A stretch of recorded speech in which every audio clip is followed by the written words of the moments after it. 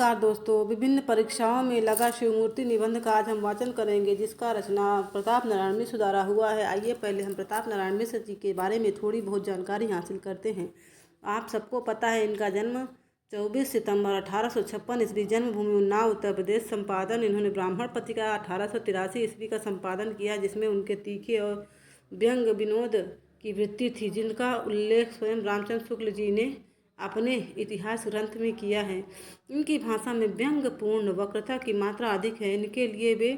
इसके लिए वे लोकोक्ति और मुहावरों का भी प्रयोग करते हैं। मिश्र जी ने जहाँ एक ओर भौं, बुढ़ापा, होली, धोखा, मरे को मारे, साहम, वार जैसे विनोद और सूझपूर्ण निबंध लिखे हैं, वहीं दूसरी ओर शिव मूर्ति, काल, स्वार्थ, विश्वास, नास्तिक जैसे गंभीर विषयों पर भी लेखनी चलाई है।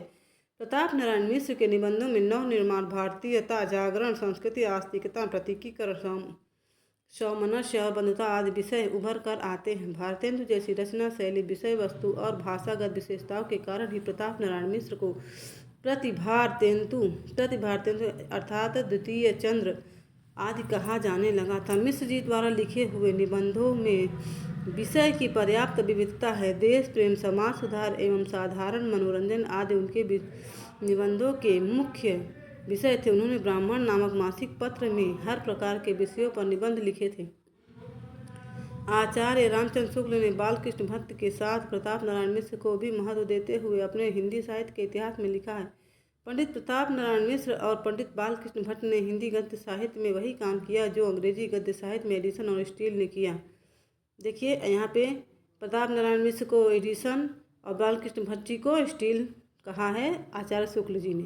आचार्य शुक्ल ने लिखा है, पंडित प्रताप नारायण मिश्र की प्रकृति विनोदशील थी, अतः उनकी भाषा बहुत ही स्वच्छंद गति से बोलचाल की चपलता और भाव भंगी लिए चलती है। हास्य विनोद की उमंग में वह कभी कभी मर्यादा का अतिक्रमण करती पूर्वी कहावतों और मुहावरों की बौछार भी छोड़ती चलती है। ये देखिए हिंदी साहित्य का इतिहास से लिया गया है। अब गुलाब राय जी के अनुसार प्रताप नारायण मिश्र की शैली में संस्कृत शब्दों का प्राचुर्य सा प्रतीत होता है, परंतु हरिश्चंद्र की भांति उन्होंने भी उर्दू के उन्हीं शब्दों को लिया है जिनका चलन हिंदी में बहुत काल से था। इनकी भाषा में विशेष सजीवता और बोलचाल का चलतापन है। इनमें विनोद प्रियता अधिक है।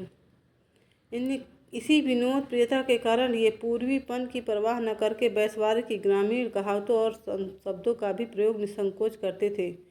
यह हिंदी साहित्य का सुबोध और इतिहास इनकी रचना है। किसकी? गुलाब राय जी की रचना है ना, हिंदी साहित्य का सुबोध और इतिहास। इसी से इनका ये कथन है। शिवमूर्ति निबंध को प्रताप नारायण मिश्र ने उन लोगों के लिए लिखा है जो अपने विचार से ईश्वर के प्रति लगाव रखते हैं और आनंद से भर जाते हैं। इसके अलावा खुद से परे जाकर दूसरों का भी भला सोचते हैं।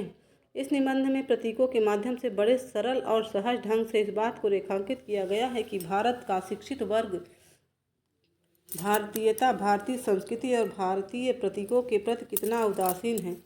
बाल मुकुंद गुप्त।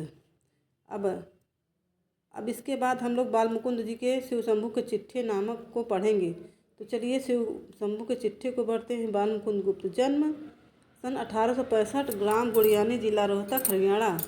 इनका प्रमुख संपादक थे ये अखबार चुनार, हिंदुस्तान, हिंदी, बंगवासी, भारत मित्र आदि पत्रिकाओं का इन्होंने संपादन किया। इनकी प्रमुख रचनाएं हैं शिव शंभू के चिट्ठे और खत, खेल तमाशा, उर्दू बीबी के नाम चिट्ठी। वे खड़ी बोली और आधुनिक हिंदी साहित्य को स्थापित करने वाले लेखकों में से एक थे। उन्हें भारतेंदु युग और द्विवेदी युग के बीच की कड़ी के रूप में देखा जाता है। बाल मुकुंद गुप्त राष्ट्रीय नवजागरण के सक्रिय पत्रकार थे। पत्रकारिता उनके लिए स्वाधीन संग्राम का हथियार थी। यही कारण है कि उनके लेखन में निर्भीकता पूरी तरह मौजूद है। साथ ही उसमें व्यंग्य विनोद का भी पुट दिखाई पड़ता है। उन्होंने बंगला और संस्कृत की कुछ रचनाओं में अनुवाद भी किए।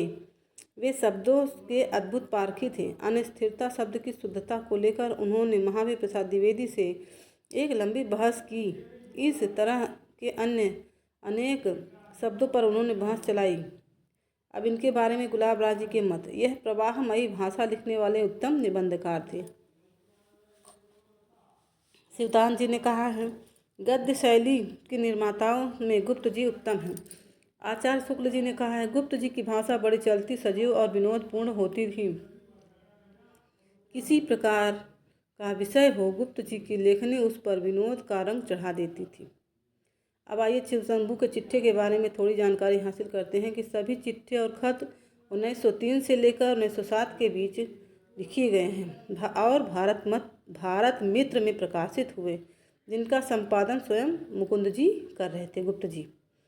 शिवशंभू शर्मा के कल्पित नाम से लॉर्ड कर्जन के अहंकार पर उग्र, व्यंग्यपूर्ण और सांकेतिक प्रहार करते हुए उन्होंने 8 चिट्ठों का जिक्र उन्होंने किया है बनाम लॉर्ड कर्जन। अब देखिए, ये चिट्ठों के नाम इसमें दिए हुए हैं, तो आप लोग इन चिट्ठों के बारे में थोड़ी बहुत जानकारी हासिल कर लीजिए। पहला है बनाम लॉर्ड कर्जन, श्रीमान का स्वागत। दूसरा, वायसराय के कर्तव्य 3, पीछे मत छोड़िए। चौथा, आशा का अंत 5, एक दुराशा 6, विदाई संभाषण 7, बंग विच्छेद, खुली चिट्ठियाँ 8। इतनी चिट्ठियाँ इन्होंने लिखी थी। ये चिट्ठियाँ एक पूरे वर्ष तक सन 1904 से 1905 ईस्वी भारत मित्र और जमाना में प्रकाशित होती रही। बाल मुकुंद गुप्त जी के मित्र ज्योतिन्द्रनाथ बनर्जी ने इसका अंग्रेजी भाषा में पुस्तकाकार अनुवाद प्रकाशित किया था। शिवशंभू के चिट्ठी में बाल मुकुंद गुप्त ने अंग्रेजी शासन की आलोचना की है। यह निबंध प्रतीकात्मक शैली में लिखे गए हैं। निबंध की शुरुआत स्वप्न के जरिए होती है। इसमें 8 चिट्ठे लॉर्ड कर्जन के नाम लिखे गए हैं और 2 लॉर्ड मिंटो के नाम। यह ध्यान देने योग्य बातें हैं कि 8 चिट्ठे उन्होंने, देखिए 8 चिट्ठे कर्जन जी के नाम और 2 लॉर्ड मिंटो के नाम, ये सत्य में पूछा जा चुका है। तथा भारत सचिव मिस्टर मार्ली के नाम। खतों में एक खत गुप्त जी ने शाइस्ता खां के नाम से फूलर साहब को तथा एक सर सैयद अहमद के नाम से अलीगढ़ कॉलेज के छात्रों को लिखा है। अब रामविलास शर्मा जी ने लिखा है, शैलीकार बाल मुकुंद गुप्त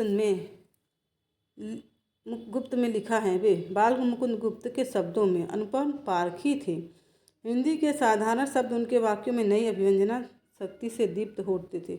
इसके अलावा उनके वाक्यों में सहज